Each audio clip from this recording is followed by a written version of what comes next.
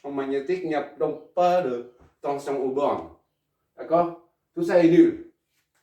Là, I0, IL1, 0 est égal à 250 fois 0 plus K, AT à 0, plus K. Et I0, c'est nul. Donc, ça donne 0 plus K est égal à 0. D'accord? Soit K est égal à 0. Ainsi donc, pour tout appartient à 0 et 1, l'intervalle, premier intervalle, on a I, N, 1T est égal à 250 T au carré plus K, c'est 0, on ne met pas. Donc ça c'est on ampère.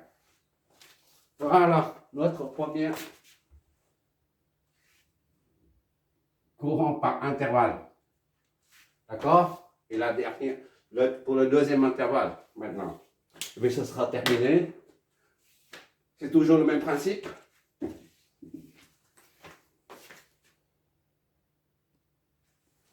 On y va pour le deuxième intervalle.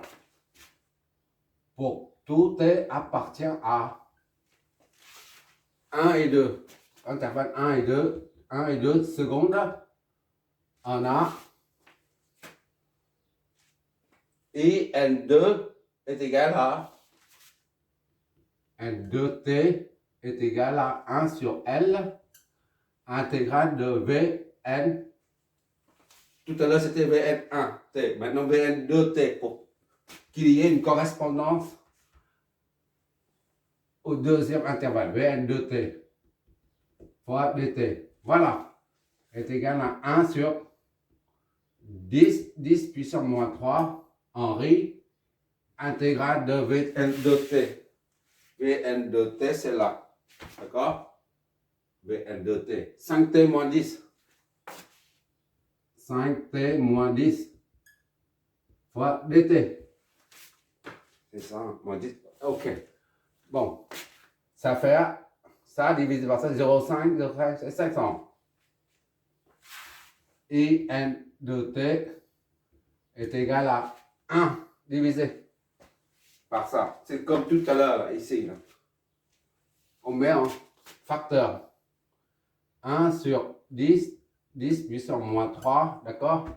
Ça, 5 au sort. Fois 5 intégrale de t moins 2 dt. On met 5 en facteur, il reste t. Et ici, il reste moins 2, d'accord? Et il faut mettre en facteur le 5 au sort d'ici, là. C'est 5. 5 divisé par 10, ça donne 0,5. D'accord? 0,5, 10 moins 3, tu le mets au-dessus, ça va 10 plus 3.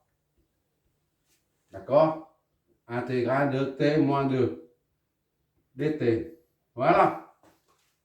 Ça, c'est égal à 500. D'accord? C'est toujours 500. Tu déplaces la virgule 500. Intégrale de t moins 2 dt. Maintenant, il faut l'intégrer. Donc, IN de t est égal à 500 fois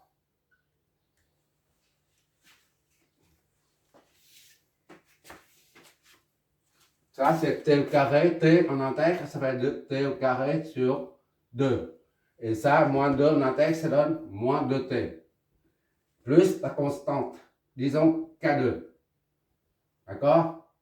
Ça donne, multiplie, ça donne 250 t au carré. Et ça multiplie, ça donne 1000. Moins 1000 t. Plus 500 K2. 500 K2. Poser, on pose. Poser K est égal à 500 K2. Pourquoi on a le droit de poser ça est égal à ça? Puisque ça, c'est une constante. D'accord? Une constante fois une constante. Ça donne une autre constante. C'est tout. D'accord? Ça peut être 100. 100 multiplié par ça, c'est 5000. D'accord? Et ça sera 5000. Une constante fois une constante donne une autre constante. Tout simplement. Tu peux mettre ça est égal à log y, par exemple. Tu peux poser, au lieu de mettre, poser k est égal à ça. Tu peux aussi poser log y. Voilà. Log y de k, par exemple. D'accord? C'est égal à ça. Logarithme. C'est une constante.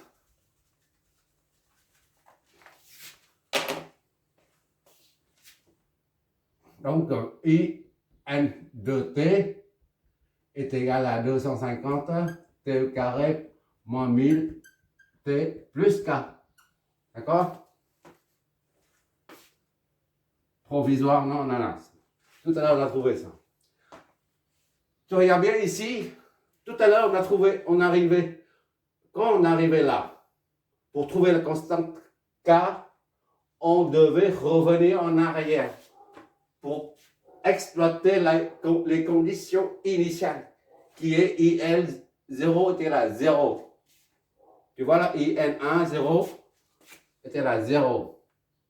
D'accord? Donc, tu affectes 0 à t. Puisque tu es dans l'intervalle 0, entre 0 et 1. La condition initiale se trouve pile poil à 0. D'accord? Donc, tu peux exploiter la condition initiale qui est là. Mais maintenant, là, ici, là, tu es dans le deuxième intervalle. De 1 à 2. D'accord? De 1 à 2 secondes. Tu n'as plus le droit. Tu n'as plus droit de revenir en arrière pour exploiter la condition initiale qui est t est égal à 0. Puisqu'on n'est plus à 0, on est à 1 dans l'intervalle 1 et 2. Tu ne peux donc pas utiliser les conditions initiales t est égal à 0 pour en déduire k. C'est-à-dire, tu ne peux pas dire, voilà, IN2, 0 est égal à 250 fois 0 au carré moins 100 moins 1000, 0 plus k. Et tu en déduis k. Non, ça c'est faux, d'accord? Parce que ton intervalle d'étude se trouve à 1 et 2. T appartient à l'intervalle 1 et 2. T peut être nul.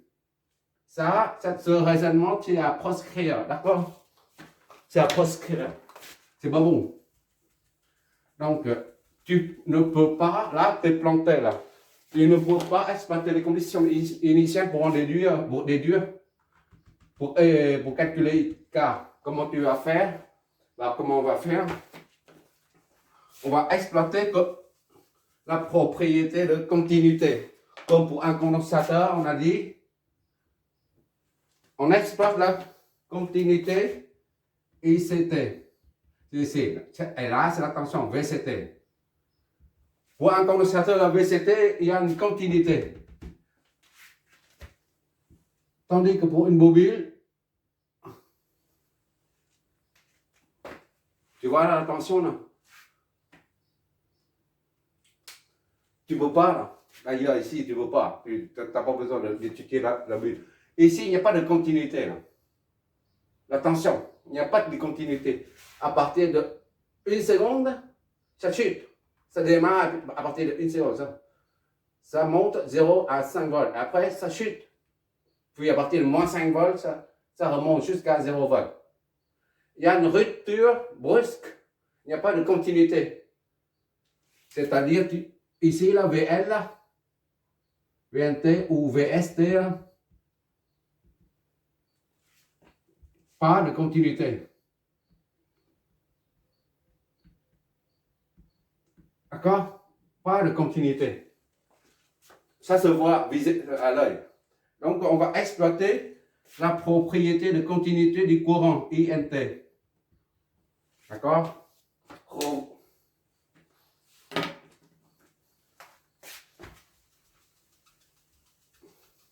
Puisqu'on ne peut pas utiliser les conditions, la condition initiale pour en déduire là, on va utiliser la continuité du courant.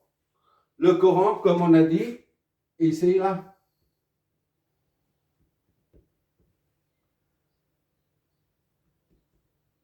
Revois l'expérimentation pendant... Revois les 5 courtes vidéos, les 5 premières courtes vidéos. Là, il y a un courant.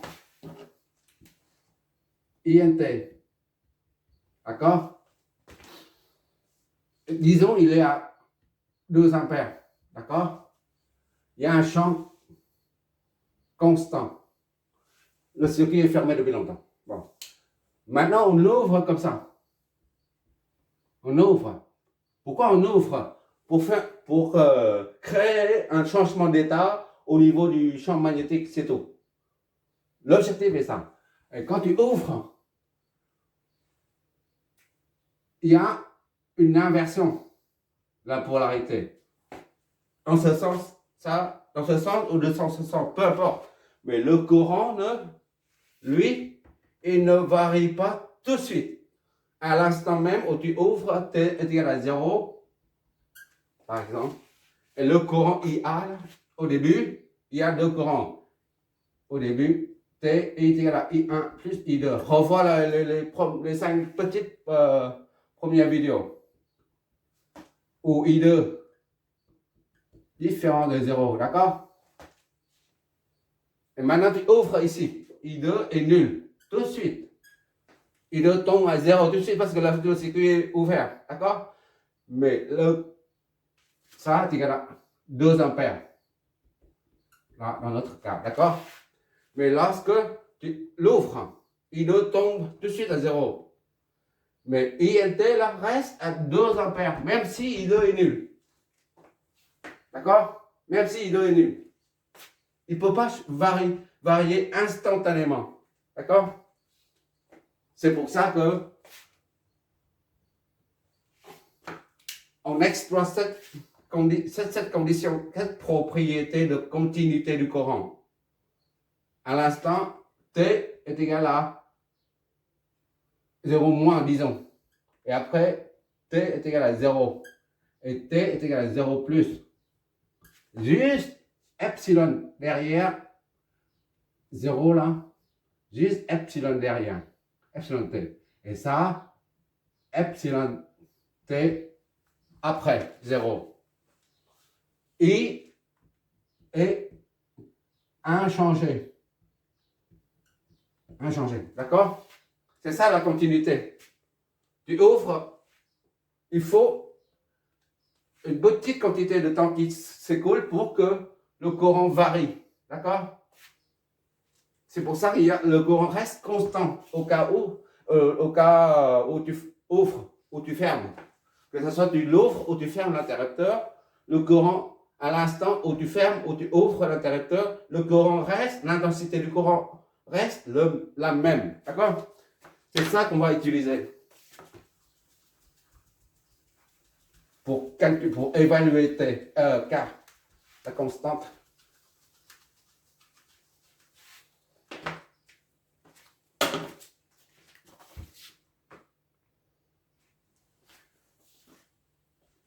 On va traduire maintenant la continuité. On va utiliser continuité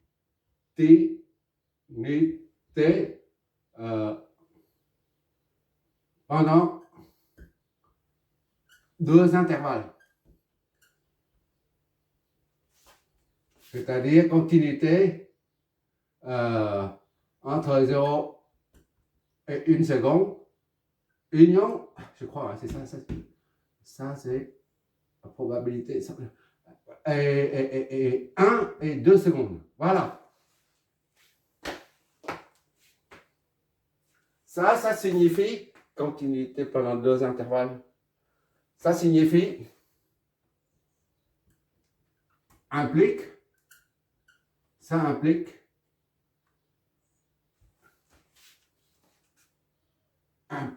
ça, implique.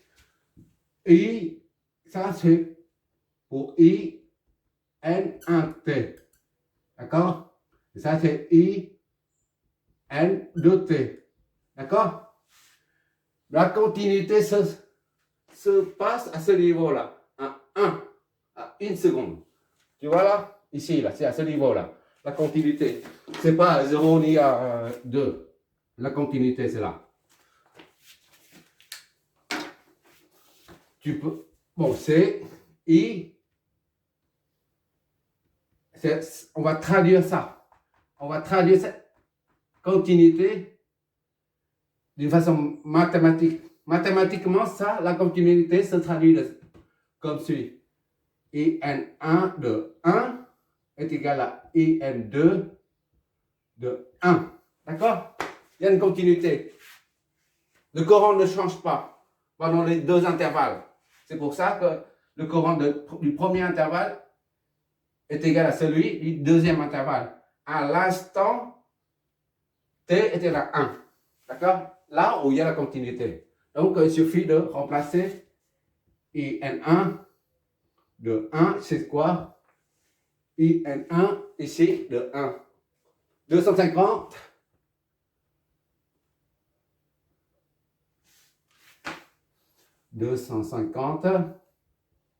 fois T. T c'est 1 au carré, d'accord? Et IN2 à 1 c'est ça, IN2, d'accord? 250 fois 1 au carré, d'accord? Moins 1000. T c'est 1 plus K. D'accord? Et maintenant, on va en déduire le fait que IN1 est égal à IN2 1 va en égaler les deux. Soit 250 fois 1 est égal à 250 fois 1 au carré moins 1000, 1 plus K. D'accord? 250 fois 250 moins 1000 plus K. Ça simplifie, c'est 0 moins 1000 plus K. C'est-à-dire K est égal à 1000. Voilà. Ainsi donc, on a trouvé la constante K.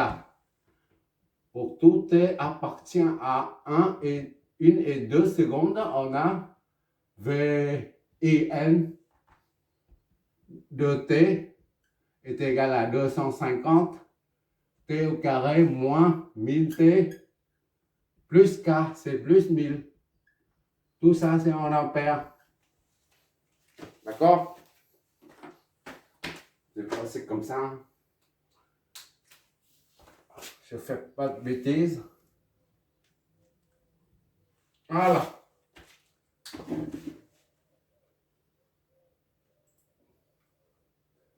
« 250 T au carré moins 1000 T plus 1000. » Voilà, c'est bon. Maintenant, on va interpréter ça. Je fais toujours, je l'espère. Ok, on va toujours. Pour ça, on va tracer les graphes pour pouvoir les comparer. Voilà la variation de I et de V.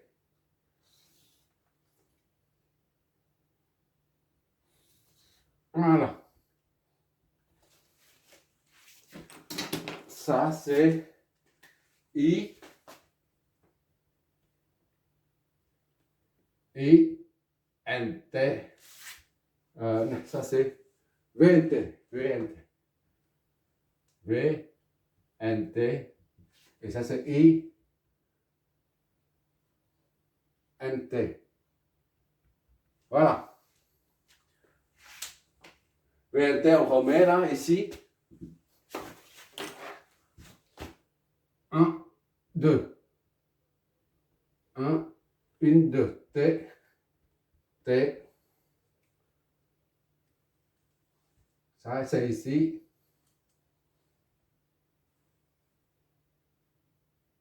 Voilà. Voilà. Ici. Voilà. Là, c'est 5. Moins 5. C'est des vols. Là, c'est des ampères. Bon, on va dessiner ça.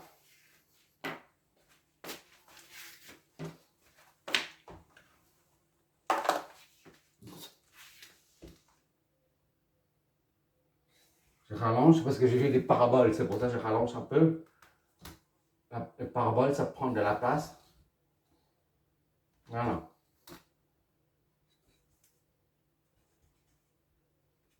Voilà. Et ça, c'est ici. Voilà.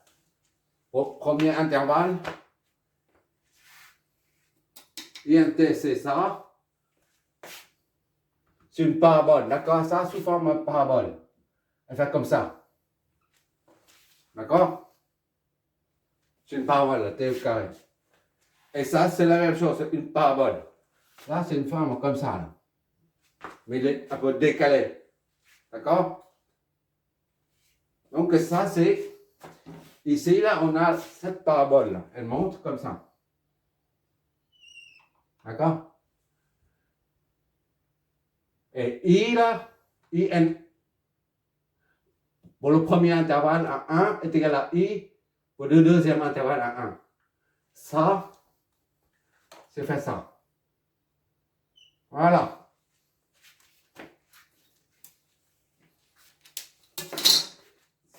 C'est V, N, 1, T. V, N, 2, T. D'accord? Et ça, c'est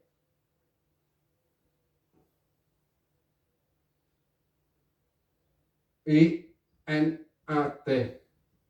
I, N, 2, T. Voilà. J'ai pas mis les valeurs extrêmes, hein, c'est pas notre but. Hein. Bon, on va interpréter ça. Voilà. On regarde ici.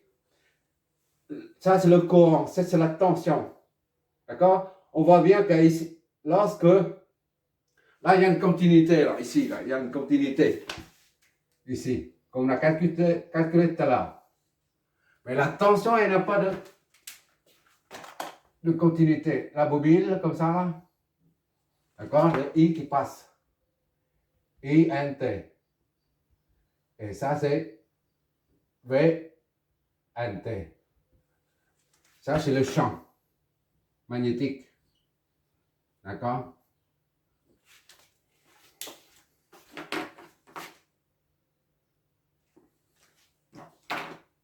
Bon, ça, c'est mon plus et moins.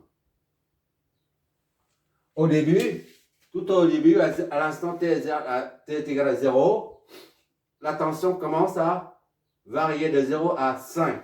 D'accord? De 0 à 5. C'est pour ça qu'il y a un courant qui varie en même temps. D'accord? Et quand la tension, là, ici, là, la tension est là. Voilà, pour mieux voir. Et quand la tension arrive à 5 volts, elle chute instantanément à moins 5 volts. Mais le courant ne chute pas instantanément. Le courant reste à, disons, on n'a pas calculé, d'accord? On aurait dû mettre dedans même. Reste à, disons, X, Y volts, Y ampères. D'accord? Et après, quand la tension diminue jusqu'à 0, le courant aussi diminue jusqu'à 0 comme initialement. Initialement, il n'y a pas de tension là. À 0, il n'y a pas de tension. C'est pour ça qu'il n'y a pas de courant. Et à la fin, il y a, à t égale à 2, la tension, elle est nulle. Le graphe nous donne. La tension est nulle. Le courant aussi est nul. D'accord? Ça, c'est... Ça et ça, c'est la même chose. la tension au bord de ça est la même chose que celle-là. Nul ici ne veut pas dire le court-circuit, d'accord? Nul, la tension qui est nulle, et là, c'est qu'il n'y a pas de tension. La variation de la source est nulle. Ça ne veut pas dire que la bobine est court-circuitée. Quand quelque chose qui est court-circuité, c'est-à-dire la tension au bord est nulle et le courant sera maxi. Mais en l'occurrence, c'est la variation de la source qui est nulle. D'accord? C'est pas un court-circuit. C'est ce que j'entends. D'accord? Voilà, on a tout vu. Parce que s'il s'agit d'un court-circuit, l'intensité est maxi, est très grande. Et elle n'est pas nulle. Tu vois bien, ici, elle est nulle. Nulle à cause de la tension qui est 0 volt en provenance, qui provient de la source. 0 volt dire son origine de la source. 0 volt ne veut pas dire le court-circuit aux bornes de ça. D'accord? C'est pas un court-circuit.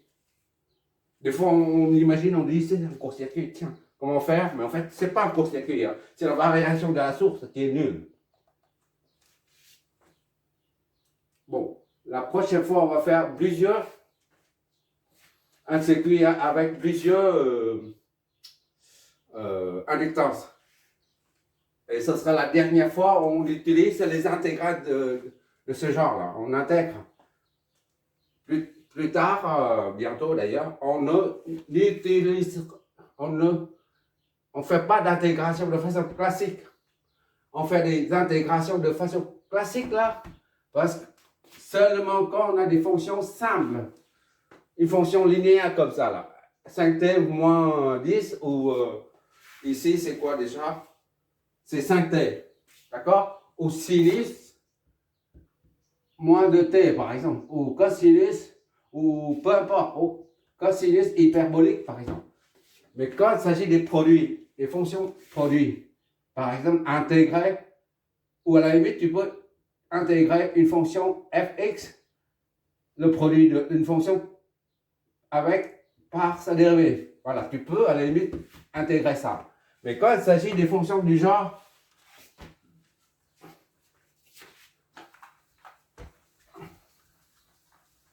si tu as une fonction comme ça à intégrer, E de t sinus de t par exemple. Alors là, pour intégrer, c'est pas évident. De même, avec un t encore, t au carré par exemple, voilà, ça arrive souvent. Bon, comment faire pour intégrer tout ça? C'est impossible d'utiliser ce genre d'intégrale là. Intégrer de façon classique, c'est hors de question de procéder de cette façon, d'accord? On utilisera la méthode Laplacienne, comme ça. C'est un mec,